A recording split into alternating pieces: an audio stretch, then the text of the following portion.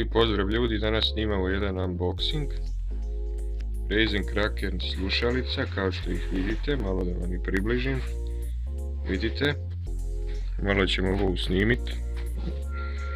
Znači, kod ovih slušalica je karakteristično, malo mi je nezgodno, pošto moram držati kameru. Bolje da otvorimo kutiju, pa da vam onda pokažem. Ali ajmo prije nego što otvorimo kutiju pokazati ove neke stvari. Vidite, podržava Windows 8, Mac, PlayStation 4, ako se ne varam to. I ovo su jedne ovako gamerske slušalice kojem ćemo se dalje služiti u klipojima. Evo malo kutiju da vam zoomiram, da sve vidite. Znači, evo neke podatke o specifikacijama. Headphones, znači ima, pročitat ćete i sami, 20 do kHz, minus 400 do plus 4 decibela, podržava USB gaming headset.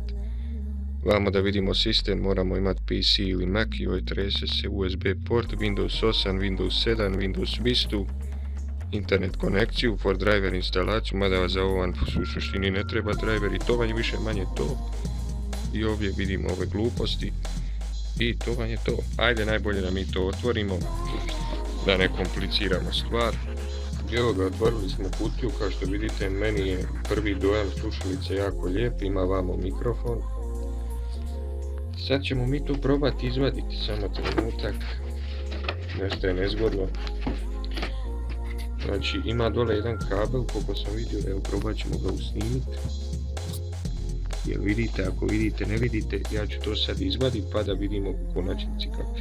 Znači prije ovoga je bila jedna folija koju sam makao, znači da sad to ne snimam sve i vidjet ćete sad kad skinem slušalice otprilike kako to funkcionira.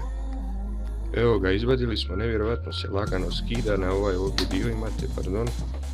Znači ovdje samo jednostavno otkačite na ovu gumu i to je to. To je to, evo slušalice i vidite ih. Znači samo treba još otkačiti ovaj kabel i više manje to je to.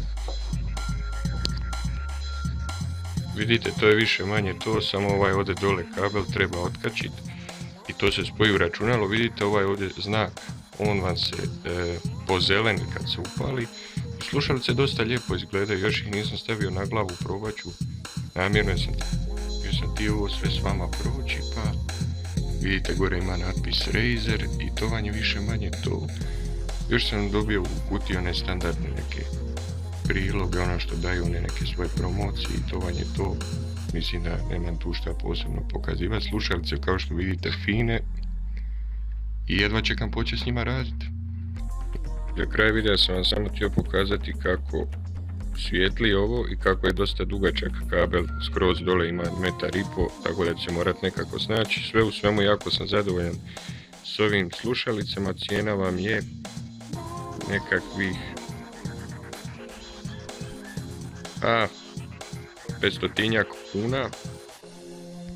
I to je to sve bilo u ovom klipu i veliki pozdrav do sljedećeg.